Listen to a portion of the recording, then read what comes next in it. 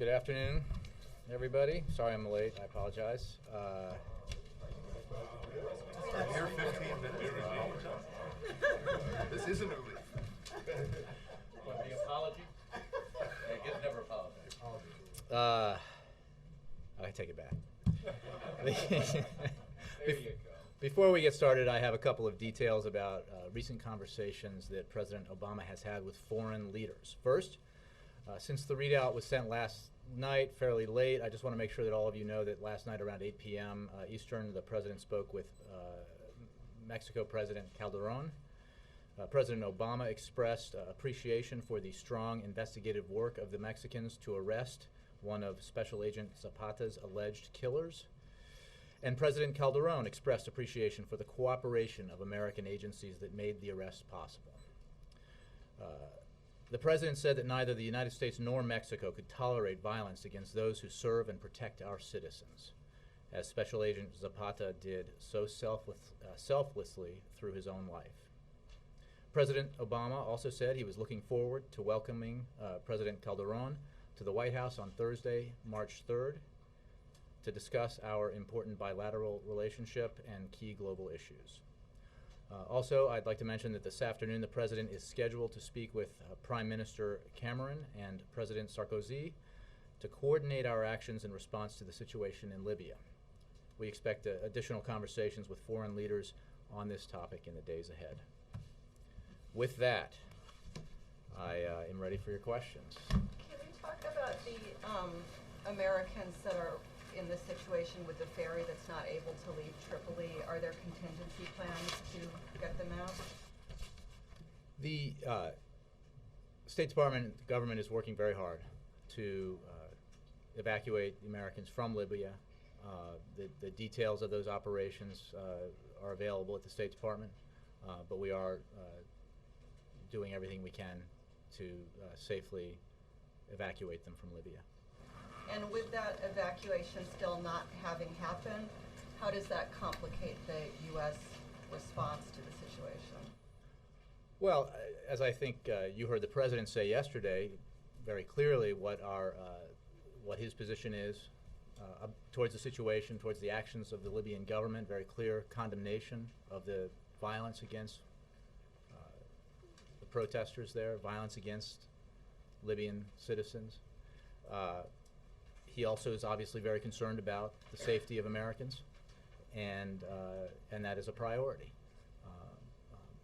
That's all I can say on that. Any movement on sanctions, no-fly zone? Obviously sanctions are something we're looking at. I don't want to get into specifics. We're working very closely with the international community, and we're hoping and believe that the international community will speak with one voice, as I think is often the case. When the international community comes together and speaks with one voice, it has a powerful impact in terms of persuading a government like Libya's to do the right thing and to stop the kind of violence it's been perpetrating on its own people. So we're examining a lot of options. Sanctions are one of them, but I don't want to specify that one is going to happen and one's not going to happen. But we're working with our partners on that. Yes. Will sanctions be on the agenda when the President speaks to Cameron and Sarkozy today? Well, they will be discussing Libya, and I think that they will be discussing different options that we can take, the United States, the United Kingdom, France, other countries, international partners, to affect the behavior of the Libyan government. So I'm sure, broadly speaking, our options will be discussed. Yes, go ahead. What kind of military options are being considered? I think what we've said is that there are no options we're taking off the table, but what we're focused on are the options that we can take to affect the situation in the near term. And we would like to see the kind of concerted, broad-based international action that can compel the Libyan government to cease and desist from the kind of actions it's taking against its own people. As far as keeping U.S. citizens safe in Libya, who are you guys talking to within the Libyan government? I mean, well, we're waiting for the ferry to go since the weather's not supposed to change for at least the next few days. Well, obviously the security of these American citizens is an extremely high priority, and I wouldn't want to say anything from this podium or publicly that would affect their security. So I'm not going to get into what specifically we're doing to make sure they're safe. We are doing everything we can to evacuate them, to make sure they are safe. But beyond that, I don't want to get into how we're doing that. Yes, Jay. Colonel Gaddafi, today in a rambling phone interview with Libyan State Television, as well as 2 days ago, talked about how the protesters had been fed hallucinogens by Osama bin Laden. I was wondering if the administration had any response to anything Mr. Gaddafi has said in the last couple days. Jake, the way we've approached this, the way the President has approached this, is that our position on the unrest in these countries is not about an individual leader.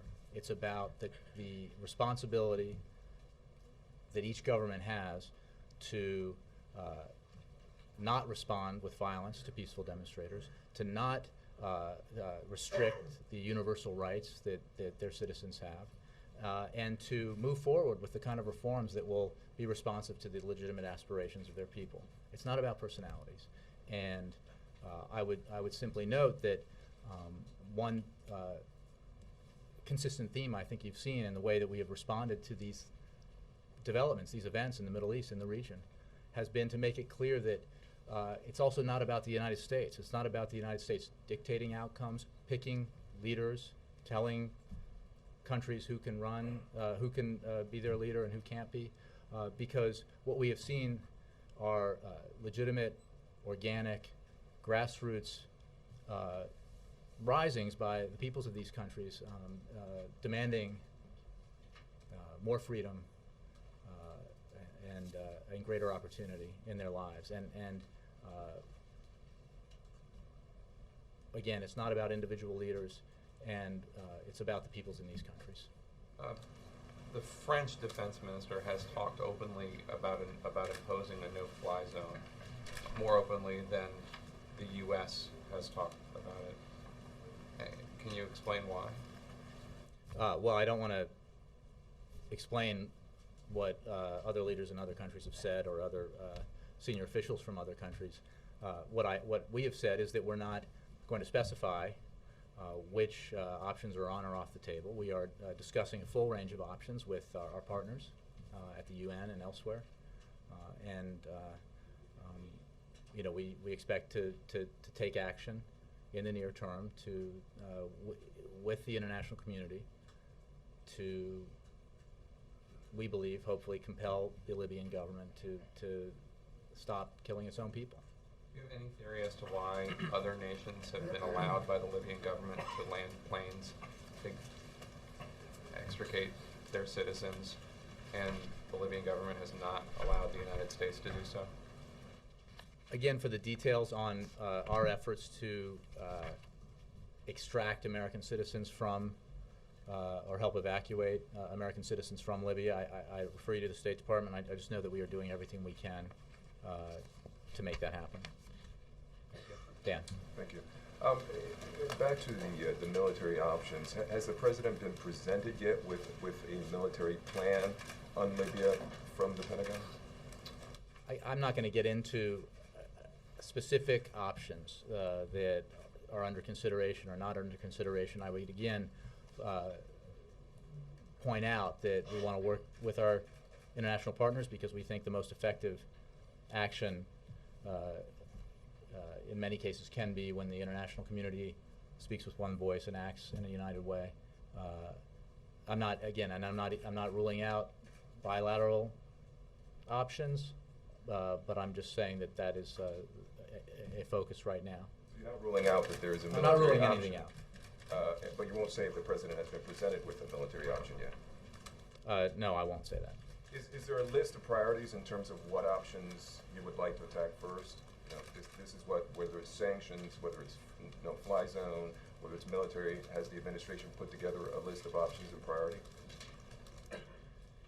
Again, I think I've been asked and it's been discussed the possibility of different kinds of sanctions, different measures that can be taken. That's obviously on the table. I don't want to categorize which options might come in which order, but we are interested in acting quickly because we have a situation in Libya that demands quick action. So we are interested in some of the actions that can be taken, in the near term. Any frustration for the administration that this is a country that the U.S. has no real deep ties to, no real financial ties to, and so the options, what's available, what may have been available in Egypt or other places, not available in Libya?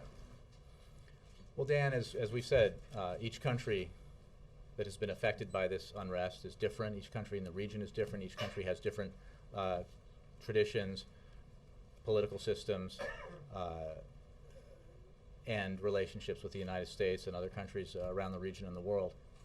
So the way we approach our policy positions and make our decisions based on in reaction to the events in these countries is obviously affected by those differences.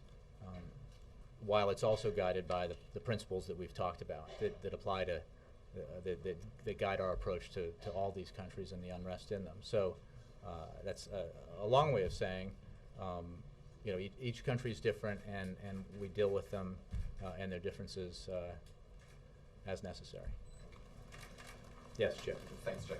You said that it's not about an individual leader, and you've been saying that all along, and it was said during the Egyptian situation also. But at the same time, the president wasn't reluctant or hesitant to use the name Mubarak when he spoke, but he seems reluctant to even mention the name Gaddafi. Why the difference?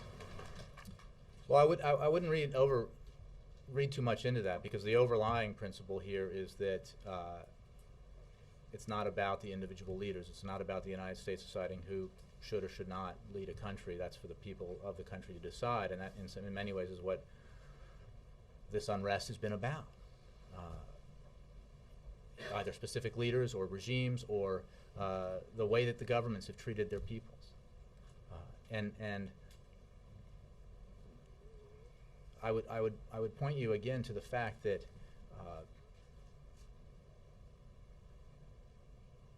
the leader in this country, Colonel Gaddafi, has tried to suggest that the United States was behind the uprisings of its own people, or the demonstrations, the peaceful demonstrations in its own country by Libya's own people, and that's clearly not the case. And I think Jake pointed out that now he's searching around for somebody else to blame. Our focus is on the principles we've laid out on the need for these governments in the region and around the world to be responsive to the legitimate aspirations of their people, and first and foremost, not to use violence in response to peaceful demonstrations. And on military options, I know you said you don't want to take anything off the table, but my guess is a lot of the American people would like one option taken off the table, and that's sending significant numbers of U.S. troops into Libya. Is that an option you can take off the table? Chip, again, I'm going to go back to my answer. I don't think it's productive for us, as we're examining our options, to take one option or the other off the table. But I am focused on. We are focused on working with our partners internationally to take steps that will persuade or compel the Libyan government to change its behavior. Then I guess the logic of that is, if you won't take that off the table, then sending significant numbers of troops in is on the table. Well, I just will say that I'm not taking options off the table. We're not. On the Wisconsin, on the Wisconsin situation, Congressman Ellison and others have called for the president to come out to Wisconsin and stand with the workers. Is that under discussion? Not that I'm aware of, Chip. I think what we have made pretty clear is that the president thinks, and we think, he stated this, that obviously a lot of states in the union are dealing with fiscal issues, big problems in their state budgets that need to be addressed, and they need to act responsibly, tighten their belts, live within their means, just as we in Washington, the executive branch and Congress, need to do with our federal situation. And forgive me But from- again, you know, he believes very strongly that the way to achieve that, just like the way to achieve it here, is that people you know, need to come to the table, work together, share the sacrifice, and you know, produce as a result that the people of those states want, and again, extrapolating to the larger picture here, the whole country, you know, do the things that we need to do to live within our means so that we can invest in the future. And I think that's true on a state level. And forgive me if I'm being redundant, I missed much of yesterday's briefing, but have you've been asked about what he said about joining picket lines back in 2007, when he said, if American workers are being denied their right to organize, when I'm in the White House, I will put on a comfortable pair of shoes and I will walk on that picket line with you as President of the United States. Is he ready to put on a comfortable pair of shoes and fulfill that promise? I think, Chip, that the president, as president, has a obviously an ability to be heard when he speaks, and he spoke to the situation in Wisconsin and his views on it last week, and I'll leave it at that. I know you weren't with him at the time, but do you think he meant that when he said it? Is that a promise? I wasn't with him at the time, but again, I think that the president has different means of speaking out on issues and being heard, and clearly he did. You know, he made his viewpoints known on the situation in Wisconsin, the need for people to come together. He takes very seriously the fiscal situation that the states find themselves in, some of the states, and understands it because he understands it at the federal level. But he encourages the parties involved to come together and sacrifice together and reach a solution that serves the interests of all the people of the states, just like he's trying to do for the broader nation. The Inspector General of the Home Affordable Modification Program says it's effectively failed. Does the President disagree? Hold on one second.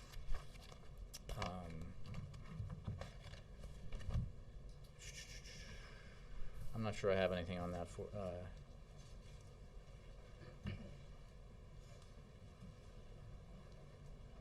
Spencer Backus of No, Alabama. I understand. I'm just. Let me get that. Okay. Whether or not the President agrees with the IG's report. Spencer Backus of Alabama plans hearings in the House next week, and he is going to try and cut funding for it. Would you fight that attempt?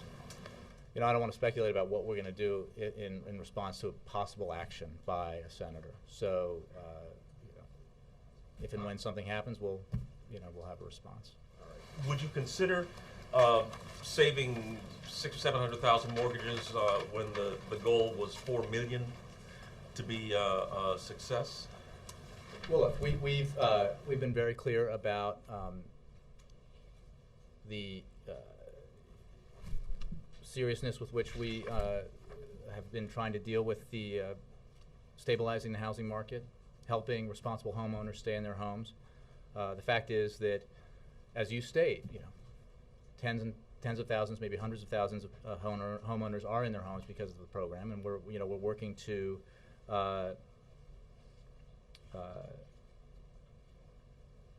make sure that those responsible homeowners that can be helped are able to stay in their homes. And you know, it is important to remember that those homeowners have been helped by this program. Wall Street Journal says you're working on a new program that would have the industry put up a pool of money to reduce the principles of loans that are underwater. Comment? I don't have a comment on possible programs we may be working on. Can you talk about the Saudi national arrested last night in Texas, apparently trying to construct a bomb and targeting former President Bush? I can say a few things about that. The President was informed about the operation by John Brennan prior to the arrest. This arrest, I assume everybody here knows about this story. The arrest once again underscores the necessity of remaining vigilant against terrorism here and abroad. The President thanks the FBI, the Department of Justice, and the rest of our law enforcement, intelligence, and homeland security professionals who continue to keep us safe and who once again have served with extraordinary skill and with the commitment that their enormous responsibilities demand. You know, for anything else, I have to refer you to the Department of Justice because obviously this arrest has been made and there's an investigation. He was told before the arrest? Yes, he was That aware of it before that the arrest. was coming, or that this was a lone wolf terrorist out there that they were worried about? He was informed that the arrest was coming. Okay,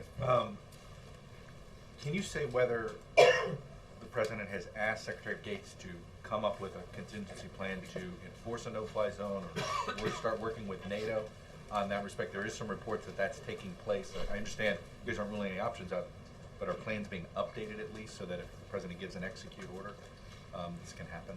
Well, Chuck, I think it's fair to say that when we're examining all options, and that option has been tabled, I guess, at least in the press, but certainly been discussed in other venues, that by exploring those options, you know, we're looking at the feasibility, and I mean that broadly about all the options that could potentially be on the table. So, without getting into updated plans for this option or that, exploring the options means just that, examining what our options are and what might work.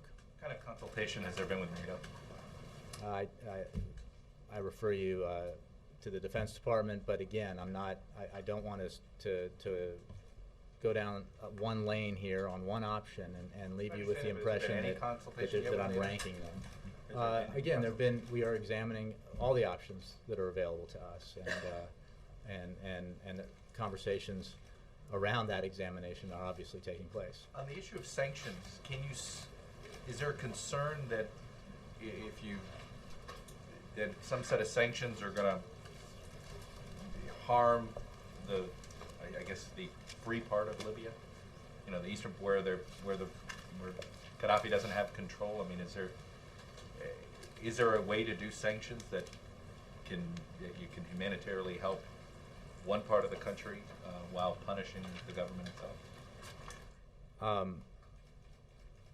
As we look at the options, we're obviously examining the impact of different options, and our interest is not in causing more harm to innocent people in Libya, the very people we're trying to help. The international community is trying to help by doing what it can to get the Libyan government to stop its behavior. So I'm sure that is a consideration about how you would execute different options in a way that have the greatest impact towards the goal we're trying to achieve without negative consequences. Because you raised the humanitarian aspect of this, you know, the Libyan government has a responsibility not only to refrain from violence, but to allow humanitarian assistance to reach those in need. And you know, as humanitarian assistance is attempted to be made available to Libyans, that's another responsibility that the Libyan government is going to be held accountable for. Does the administration view this as a full-fledged humanitarian crisis taking place right now in Libya? The administration views this as a serious issue, and that's why we are working, why the Secretary Clinton is traveling to Geneva, why Bill Burns is traveling and engaging in these consultations, why the President is having phone calls with other leaders tonight on this issue, and will continue to have conversations with other leaders about it. I mean, this is definitely a focus of our efforts right now. One question on the continuing resolution debate. Is the President open to signing a short-term continuing resolution that does have some spending cuts in it? Chuck, there are two broad points to make here. One, the President made clear when he released his budget that he believes we need to cut spending. Democrats on the Hill have also said that they agree we need to cut spending, as have Republicans. He wants to work together. The President wants to work together with the leaders of Congress, both parties, to make that happen. On the issue of the continuing resolution, the short-term funding of the bill, how that process will be negotiated out, I don't want to prejudge different options, but we believe that two things, that we can work something out, and that the American people absolutely want us to work something out. Because as the leaders of both houses of Congress have said, Republican and Democrat, as the President has said, it is not in the interests of the American people for the government to shut down. And that's because, principally because of the impact it could have on our economy. We are still in the stages of recovery here, and the negative consequences of a shutdown, the uncertainty that we create, could be detrimental to our economy. President encouraged or discouraged by what he's watching take place right now between Speaker Boehner and Senator Reid? The President believes the leaders of the House and the Senate need to get together to work something out. And he and senior members of the administration are engaged in conversations on the Hill as well. But as you know, there is a congressional process here that has to work. The House passes something, the Senate passes something, compromises are worked out. But we're also participating in that process because we believe we can work together to get something done, and that's what the American people want. Let me move around a little bit here. Yes? On that, Jay, last week the President suggested one consequence of a government shutdown would be Social Security checks not going out. During the Clinton shutdowns, Social Security checks did continue going out. Is there reason to believe it would be different this time around? Well, look, as I said, we're confident that we can find the common ground that we need to find in order to avoid a government shutdown, and the leaders in both parties agree that that's what we need to do. The President was pointing out some of the consequences, the potential consequences of failing to act, of failing to prevent a shutdown. And some recipients, new retirees, new applicants might not receive their checks. If retirees have questions about their checks, if they didn't get their check in the mail, if they had a change of address, all those things could prevent them from getting their checks. So there are obviously consequences that directly affect people who are recipients of Social Security benefits, and there could be. But the broader point is that the uncertainty created by this, that the number of consequences that could unfold if this does happen would create the kind of environment that would be harmful to the economy overall, which would then, Speaker of the House said yesterday, he's focused on jobs in the economy. The President makes clear every day, as he will this afternoon, when he speaks with his new Council on Jobs and Competitiveness, that he's focused on jobs in the economy, and we do not want, and we do not believe the leaders of Congress want, and we know the American people don't want, actions to be taken in Washington that upset this recovery, set us back, affect growth, and affect job creation. Yes, Glenn. Jay, there are reports on the ground from Benghazi and other cities of people being killed. A woman, for instance, I think this was in Tripoli, there was a report of a woman being shot for standing on the balcony to sort of look out and see what was going on. There was a quote, I think, in a CNN dispatch today of a person in a crowd in Benghazi saying, "We are being murdered and the world is just standing by." The President yesterday said the world is watching. What is the message the administration is giving to the people who are being killed right now in Libya about what the United States intends to do to keep this kind of thing from happening to people who are simply exercising their desire for freedom? Well, we've made very clear that we absolutely support the people of Libya, the people of Bahrain, the people of Egypt, other people who have peacefully expressed their desire for change in their country. Again, I take you back to our governing principles as we approach these problems. We are working with the international community to take the kind of action that will prevent the Libyan government from continuing to wreak this kind of havoc on its own people. The President has been very clear about how strongly he condemns this action. It's unacceptable, it's reprehensible, it's abhorrent. Secretary Clinton to a conference on Monday. Glenn, we're interested in outcomes. we're interested in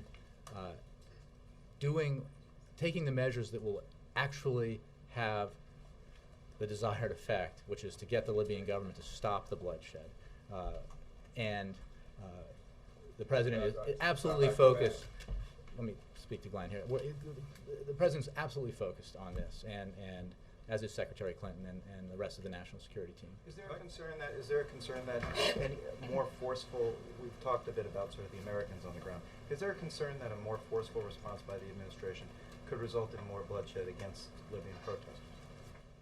Well, I don't want to speculate about what might happen, but anytime you have a situation like this, you have to gauge what the response will be to the actions you take. It's a fluid, dynamic, and dangerous situation, and we're committed to getting this right so that the Libyan people are no longer subjected to the kind of violence that they're being subjected to by their government. April. Thanks, Jay. Back on the situation with Libya, the protests that have just been spreading in North Africa areas, the result is gas prices going up here in America. Is this administration asking countries in Africa that support, I guess, export oil to us? Is this administration asking Canada? Is this administration asking Mexico? Is this administration asking Saudi Arabia to increase their oil output to keep prices down? April, whenever you have unrest in this part of the world, there are going to be reactions in the oil markets. And that is obviously something we've seen. The situation remains fluid, but we're monitoring this closely. We're very cognizant of the fact that oil prices can affect the economy and can affect people in their wallets and pocketbooks. But we are in touch with the IEA and oil-producing countries about the developments in the market. We have the capacity to act in the event of a major supply disruption. I don't want to speculate on any particular action. I don't want to, again, predict that what may or may not happen in terms of disruption. But the global community has, global system has a lot of experience in managing the kind of disruption that we've seen, our focus now is on monitoring this and making sure that we know what our options are if they need to be taken. But it's an issue of supply and demand for this sweet crude. And is the administration concerned that oil analysts are talking about a possibility of $5 a gallon? I mean, we saw $4.11 a gallon at its height, and people were really upset then. The economy was starting to show signs of breaking. So what is happening right now? Well, I can assure you, April, that we are very closely watching this situation. I don't want to speculate on where oil prices may or may not go or what the effects of unrest in Libya may or may not have tomorrow or next week or down the road on oil prices. But we have the capacity to act in case of a major supply disruption, and we are talking with international institutions and other and oil-producing nations as we examine the developments in the markets. Can I follow up, Glenn? Yeah. Real quick. Given what Glenn says, that there are people being killed en masse right now in Libya, what is the timeline for the administration's getting the international community together and getting a tangible response to what's going on? What's the time frame? Well, I can assure you we are working on this aggressively and specifically with the goal of taking action that can be most effective, most efficiently. And I'm not going to tell you that this is going to happen tomorrow and then something else will happen in 2 or 3 days because we're talking about actions that we are coordinating with our international partners, and I don't want to preview again, take options on or off, take options off the table. But believe me, we are moving very quickly. Coordinating an international response to something is basically the definition of herding cats, and it's a very fast-moving situation over in Libya. if you don't want to tell me what the timeline is there even a timeline for getting a response in place? Well, look, I would point you to the fact, look at the international reaction. This is a case where what Libya has done has garnered very little support around the globe, and quite the contrary. The international community is speaking almost entirely with one voice in condemning what's happening there. And so I don't believe this is a case of herding cats. I believe that this is an opportunity to act in a concerted way with our international partners. So no timeline for I'm not going to give you a specific. timeline. Right. Jay, Let me, yes, Mike. On the, sort of following up a little bit on April's question, several Democratic members of Congress have asked the President to consider releasing oil from the Strategic Petroleum Reserve to keep prices from rising too much. Is this something that he's considering? How does he react to these members of Congress requests? Well, I think I would just repeat what I said, which is that we have the capacity to act in case of a major disruption. Right now, we don't. We're simply monitoring the situation and discussing with the IEA and oil-producing states what's happening in the markets. But I'm not going to preview what we might happen if a further disruption happens and what our options are. President Obama, back in August of 2008, advocated using oil from the Strategic Petroleum Reserve.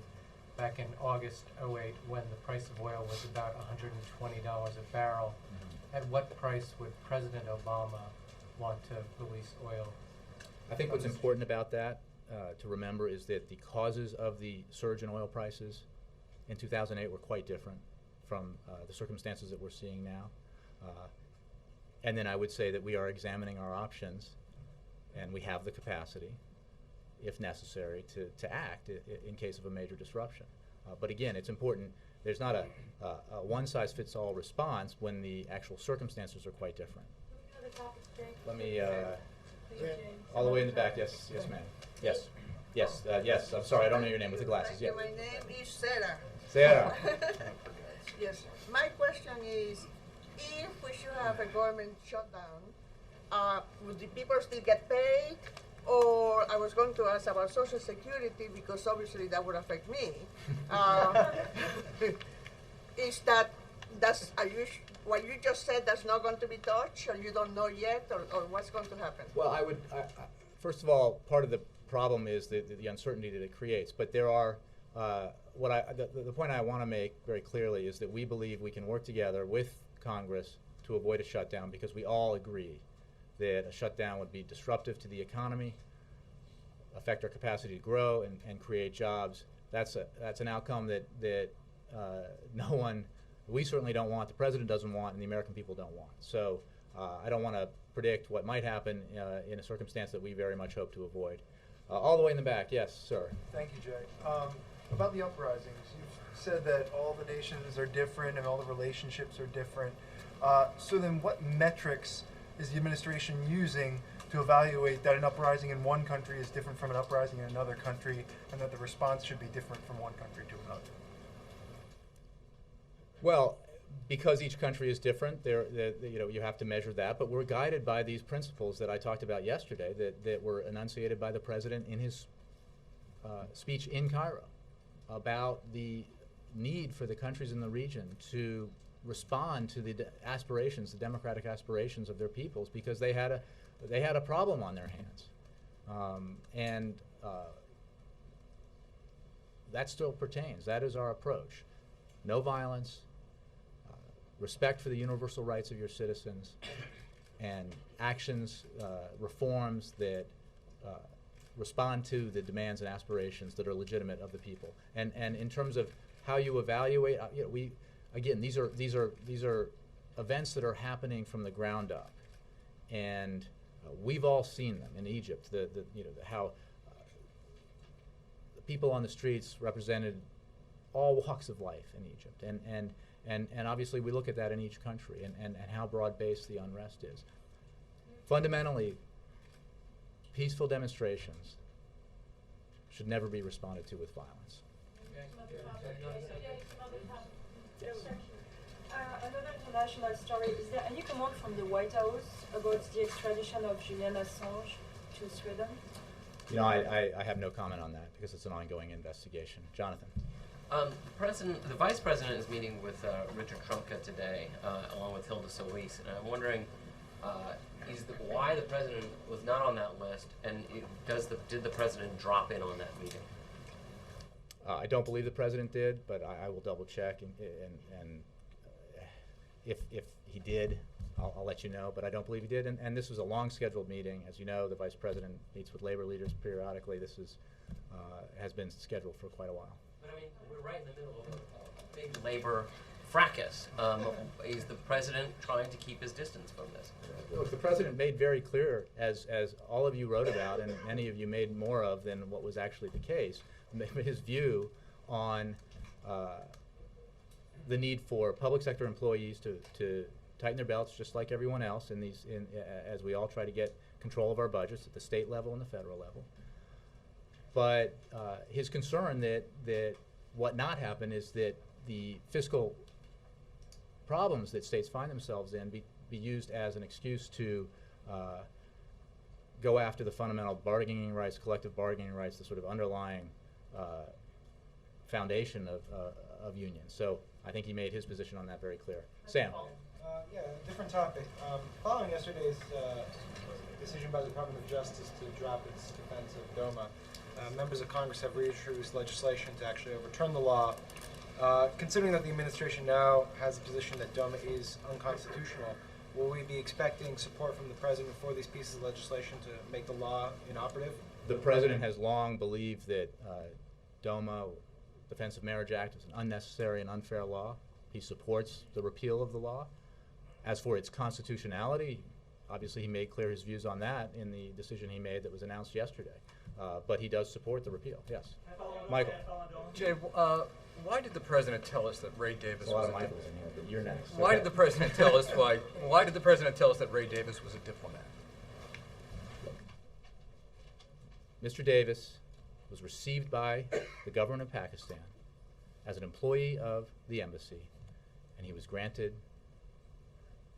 diplomatic immunity under the Vienna Conventions. And what we are saying very clearly is that he needs to be released in accordance with those treaties which apply to the personnel of countries, not just of the United States and foreign countries, but Pakistan's employees in the United States, around the globe, and every other countries that participate in those important treaties. And it's a fundamental principle that can't be compromised. It's not misleading in any way for the President to say this man is a diplomat when he in fact was working for the Central Intelligence What he said, what we're talking about here, is the fact that he was received by the Pakistani government as an employee of the state of the embassy, of the United States Embassy, and had the protections of the Vienna Conventions, and that needs to hold true, and he needs to be released according to that. Michael Scher. Well, given the President's commitment to transparency, is there any guidance White House officials get about when it's appropriate to meet off campus with a lobbyist and when a lobbyist meeting should be on campus?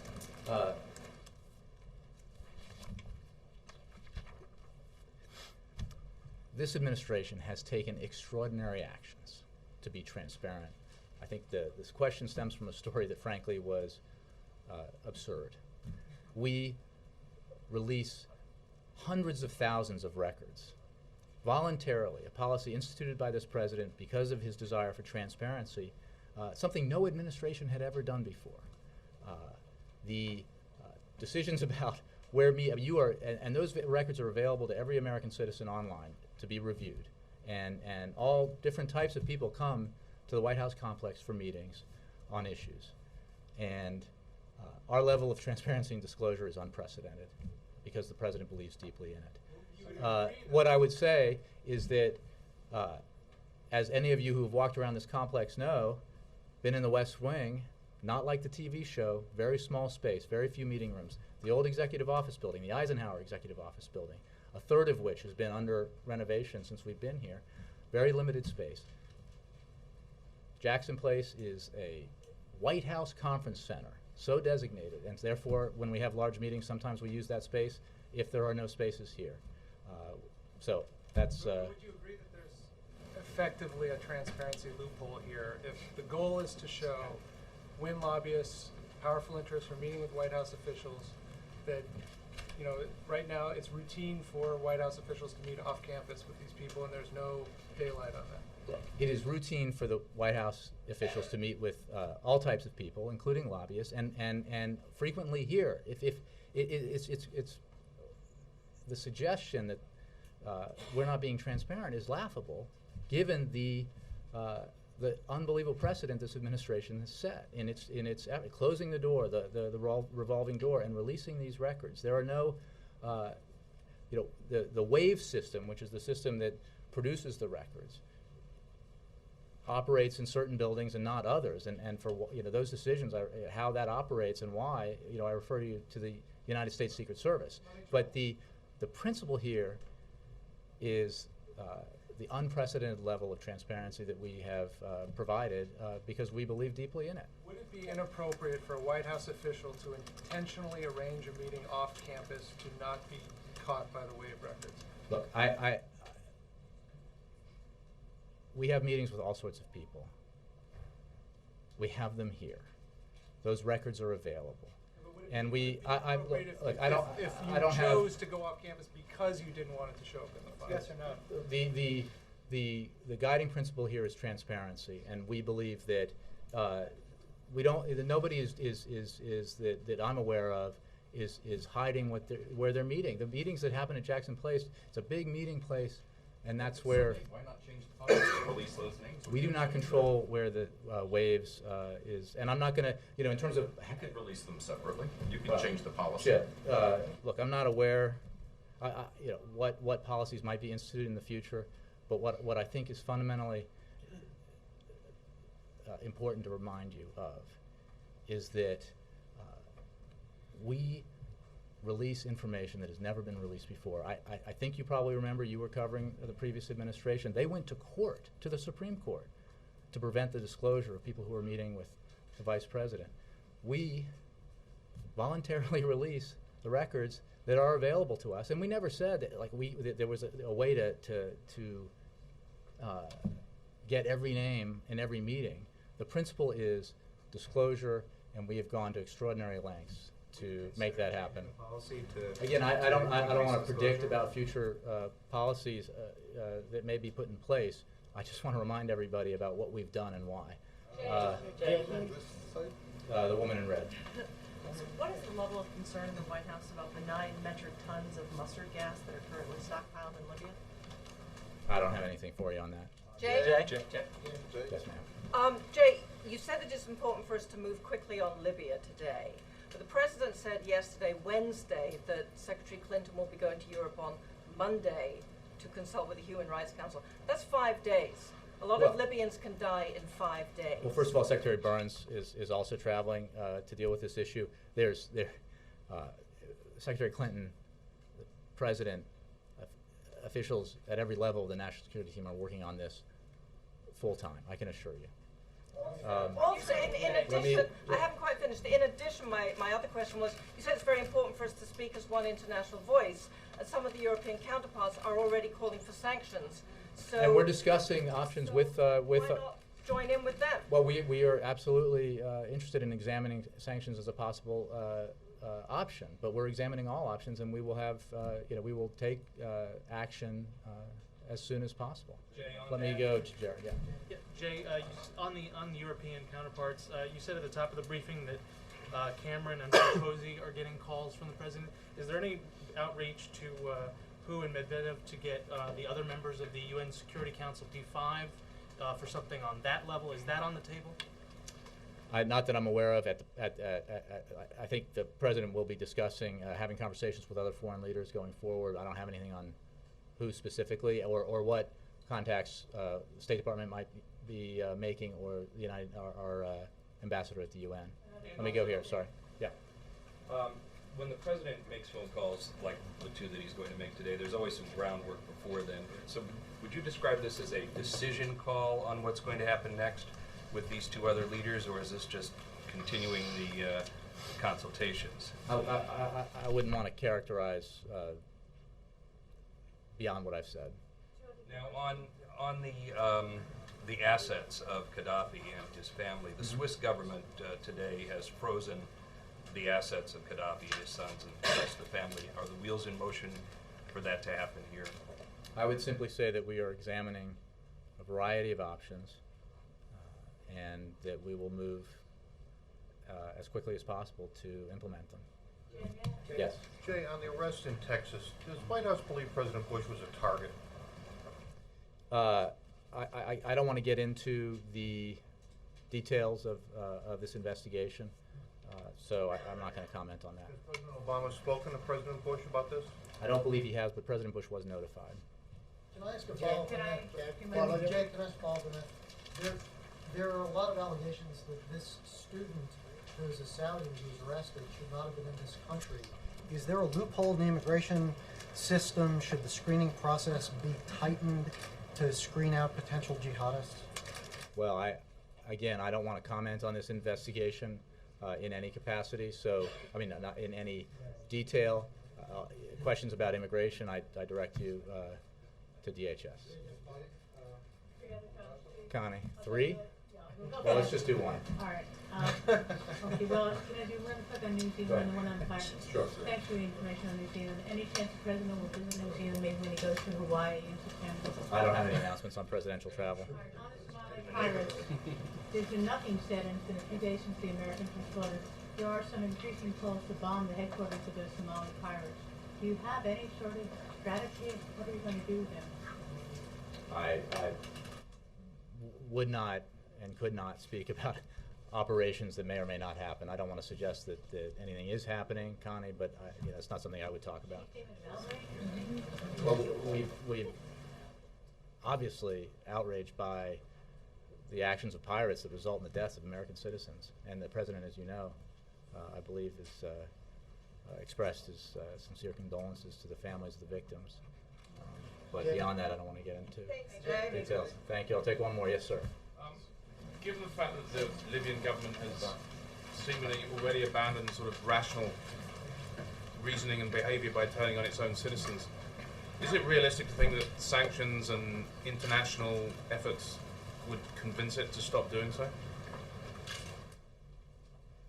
I don't want to predict, but what the Libyan government will do. But what I do know is that this administration, leaders of governments around the world, are outraged and appalled by what we've seen happen in Libya, and will take and are taking the actions that they believe will be most effective in changing the behavior of the Libyan government. Would any sanctions be partly designed not necessarily just targeting Gaddafi, but family members, other power centers that might kind of convince them to try and peel away from Gaddafi? I would only say that we're examining a variety of options. That's it. Thanks, guys.